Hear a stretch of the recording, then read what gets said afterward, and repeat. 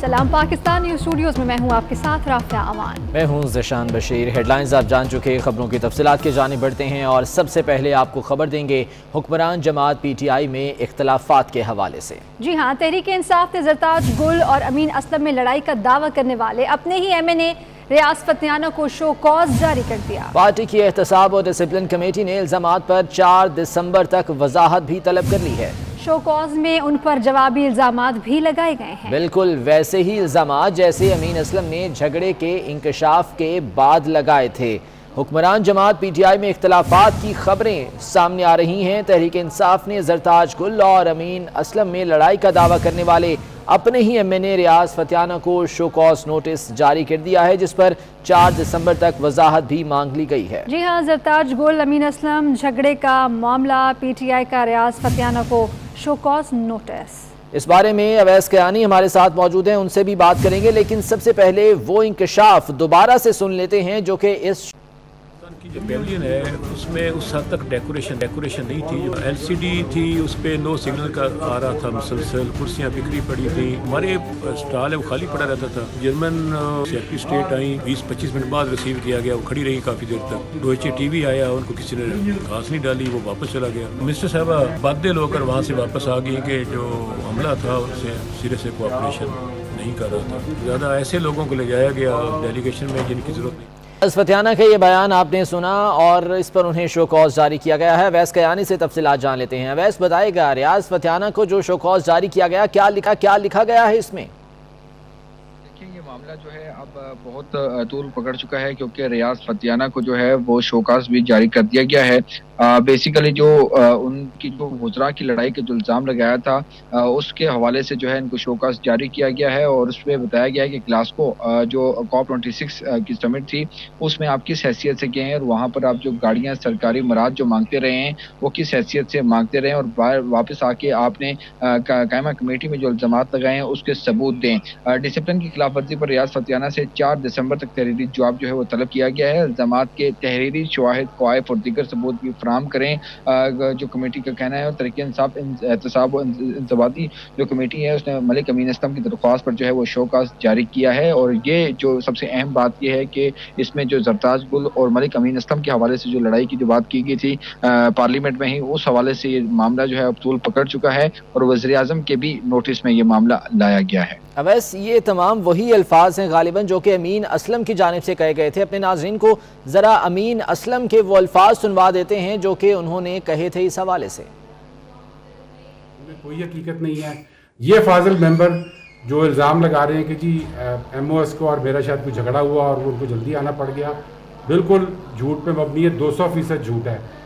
हमारी MOS साहिबा ज़रताज गुल साहिबा जॉइंट सेशन ऑफ पार्लियामेंट को अटेंड करने के लिए जल्दी वहाँ से वापस आई। इसके साथ साथ उन्होंने और भी कुछ ऐसी बातें की, मुझे समझ नहीं आई कि उनकी गलतफहमी थी क्या। शायद ये गलतफहमी इस वजह से थी कि वो एक बग़ैर किसी इन्विटेशन के एक NGO की स्पॉन्सरशिप पर वहाँ पर पहुँच गए। उनका दिल था कि वो ऑफिशियल डेलीगेशन का हिस्सा बन जाए, वो हो नहीं सकता था क्योंकि प्राइम मिनिस्टर ने ऑफिशियल डेलीगेशन जो है वो डिसाइड करके भेजा था यहाँ से, जो नेगोशिएशन कर रहा था वहाँ पे।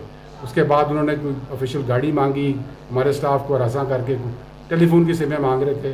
वो कुछ भी नहीं हो सकता था क्योंकि ये इमरान खान की हुकूमत है और इसमें लॉ के मुताबिक काम होता है। इसलिए ये जो उन्होंने बातें की हैं, हमारे पार्टी के मेंबर हैं तो हम अपनी पार्टी के डिसिप्लिनरी कमेटी को तमाम हक़ाइक़ भेज देंगे, उनकी बातें भी भेज देंगे और इंशाल्लाह दूध का दूध पानी का पानी हो जाएगा। तो ये वो बयान जो कि अमीन असलम का सामने आया था इस मामले के हवाले से। अवैस यानी ये शो कॉज के जो अल्फाज हैं और अमीन असलम का जो बयान है खासे मिलते जुलते अल्फाज हैं। कोई रियाज फतियाना का इस शो कॉज के बाद कोई मौक़िफ़ सामने आया अब तक?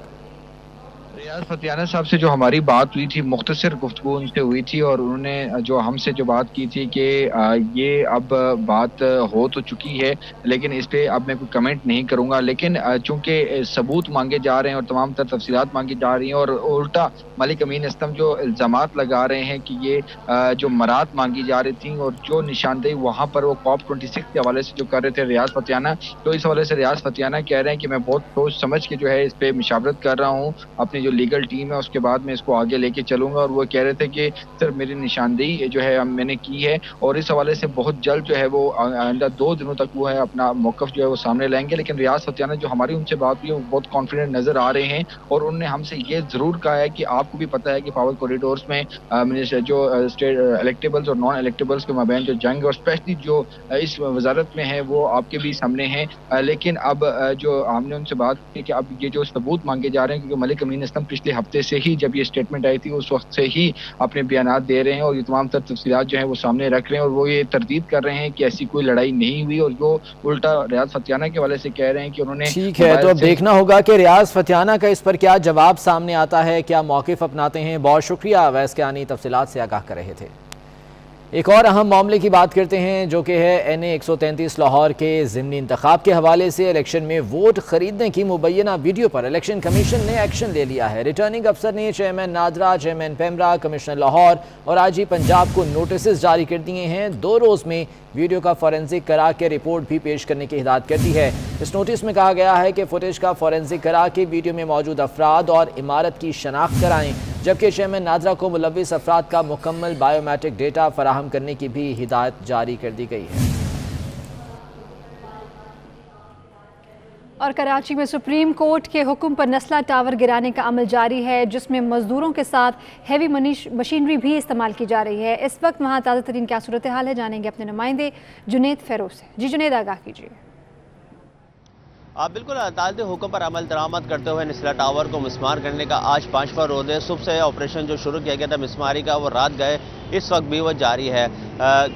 ठेकेदार के मुताबिक कहा यही गया था कि 400 के से ज़ायद जो है वो मजदूर यहाँ सुबह से लगे हुए थे। जो ऊपरी मंजिल है वहाँ हैवी मशीनरी और मजदूरों की मदद से जो है वो मिसमारी का अमल किया गया। अभी मजदूरों की तादाद जो है वो दिन गुजरने के साथ कम हो गई है, मगर कुछ मजदूर अभी भी ऊपरी मंजिल पर मौजूद हैं और वो मिसमारी जो है वो ऊपरी मंजिल पर कर रहे हैं। मैं अपने कैमरामैन फैसल को कहूँगा कि वो दिखा सके कि ग्राउंड प्लस से जो 4 थी इस पर जो है वो मुकम्मल तौर पर काम जो है वो कर लिया गया है। मिसमारी का दीवारें और बालकनी और खिड़कियाँ जो है वो तोड़ दी गई हैं। अब ऊपरी मंजिल की जो है वो आहिस्ता बारी है। हैवी मशीनरी हमने देखा था गुज़िश्ता रोज़ जो है ऊपरी मंजिल पर पहुँचा दी गई थी, जिसके बाद जो है वह काम में तेज़ी लाई गई और मजदूरों की तादाद भी जो है वो बढ़ाई गई ताकि जल्द अज जल्द ये काम मुकम्मल हो। सुप्रीम कोर्ट में जो है वो इसकी रिपोर्ट पेश की जाए। मजदूर जो दिगनी तादाद हम जो देख रहे थे दिन में जो जिनकी ज़्यादा तादाद थी, अब वो तादाद कम हो गई है, मगर कमिश्नर कराची के अहकामात के मुताबिक जो 24 घंटे काम होगा उसके लिए कुछ मजदूर अभी भी ऊपर लगे हुए हैं।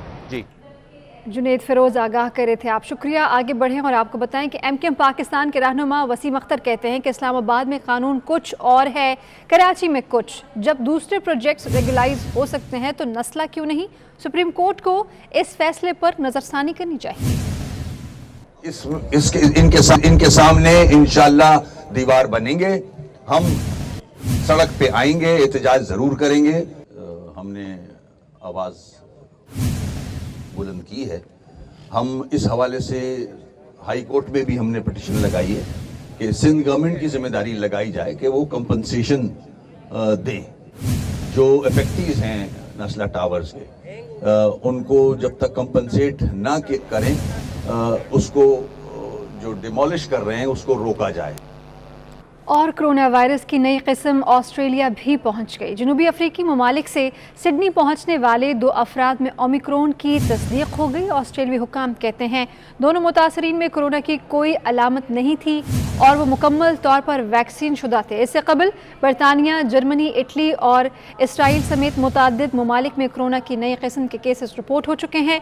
बरतानवी हुकूमत ने ओमिक्रॉन का फैलाव रोकने के लिए कोरोना ज़वाबित मज़ीद सख्त कर दिए हैं, जबकि इसराइल ने तमाम ममालिक के लिए अपनी सरहदें बंद करने का ऐलान कर दिया है।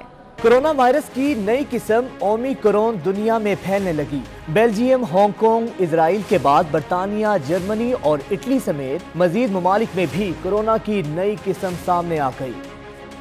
बरतानवी हुकूमत ने ओमिक्रॉन वेरिएंट के 2 केसेस की तस्दीक करते हुए कोरोना ज़वाबित मजीद सख्त कर दिए हैं। बरतानवी वज़ीर-ए-आज़म बोरिस जॉनसन का कहना था कि बरतानिया आने वाले मुसाफिरों को कोरोना टेस्ट मनफी आने तक क्वारंटीना में रहना होगा। बोरिस जॉनसन ने इंदिया दिया कि मुल्क में मजीद लॉकडाउन नहीं लगाया जाएगा। As well as reducing the gap between your second dose and your booster. Germany की रियासत बावारिया में कोरोना की नई किस्म के 2 केसेस की तस्दीक हो गई। मुतासिरा अफराद जनूबी अफ्रीका से बजरिया म्यूनिख एयरपोर्ट वतन वापस पहुंचे थे और इस वक्त आइसोलेशन में हैं। इटली के नेशनल हेल्थ इंस्टीट्यूट के मुताबिक मुल्क के फैशन कैपिटल मिलान में मोज़म्बिक से आने वाले एक शख्स में ओमिक्रॉन वेरिएंट पाया गया है, जबकि चेक रिपब्लिक में भी नामीबिया से पलटने वाले शहरी में कोरोना की नई किस्म की तस्दीक हो गई है। दूसरी जानिब नीदरलैंड्स के हुकाम ने खदशा जाहिर किया है कि एम्स्टरडैम एयरपोर्ट पर जनूबी अफ्रीका पलट 61 कोरोना मुतासरीन में से कुछ नई किस्म के मुतासरा हो सकते हैं। इससे कबल बेल्जियम, हांगकांग और इजराइल में भी ओमिक्रॉन के केसेस की तस्दीक हो चुकी है, जबकि कोरोना की ये किस्म सबसे पहले 24 नवंबर को जनूबी अफ्रीका में रिपोर्ट हुई थी। इजराइल ने कोरोना की नई किस्म का फैलाव रोकने के लिए तमाम ममालिक के लिए अपनी सरहदें बंद करने का ऐलान कर दिया है। इजरायली हुकाम कहते हैं ओमिक्रॉन की शनाख्त और फैलाव को रोकने के लिए मोबाइल फोन टेक्नोलॉजी इस्तेमाल की जाएगी। उधर जनूबी कोरिया समेत मुतअद्दिद नए ममालिक भी अफ्रीकी ममालिक पर सफरी पाबंदियां आयद करने वाले ममालिक की सफ में शामिल हो गए। और फैसलाबाद के इलाके फरीद टाउन में घर की छत से मिलने वाला नौमौलूद दम तोड़ गया। नौमौलूद बच्चे को नामालूम शख्स ने घर की छत पर फेंक दिया था, जिसे अस्पताल मुंतकिल किया गया, लेकिन जांबर ना हो सका। बच्चा कहां से आया, कौन लाया, कुछ पता ना चल सका। बरतानिया के शहर बर्मिंघम और ब्रैडफोर्ड में खालिस्तान रेफरेंडम का इनेकाद किया गया, जिसमें सिख कम्युनिटी की बड़ी तादाद ने शिरकत की। बर्मिंघम में टर्मिनल पॉइंट पर वोटिंग के लिए बूथ कायम किया गया। वेस्ट ब्रूमविच के जॉर्ज स्ट्रीट में सिख कम्युनिटी की जानिब से गुरुद्वारा ग्रोहर राय साहब जी में नगर कीर्तन का एहतमाम भी किया गया। इस मौके पर सिख कम्युनिटी ने भारतीय मीडिया की तरफ से सिख फॉर जस्टिस के दफातर पर छापे मारे जाने की मनगढ़ंत खबरों की पुरजोर मजम्मत की और कहा कि बरतानवी पुलिस की जानिब से सिख फॉर जस्टिस के दफातर पर छापे की खबरों में कोई सदाकत नहीं है। इस बुलेटिन से अब तक के लिए इतना ही। वापस आएंगे हेडलाइंस के साथ।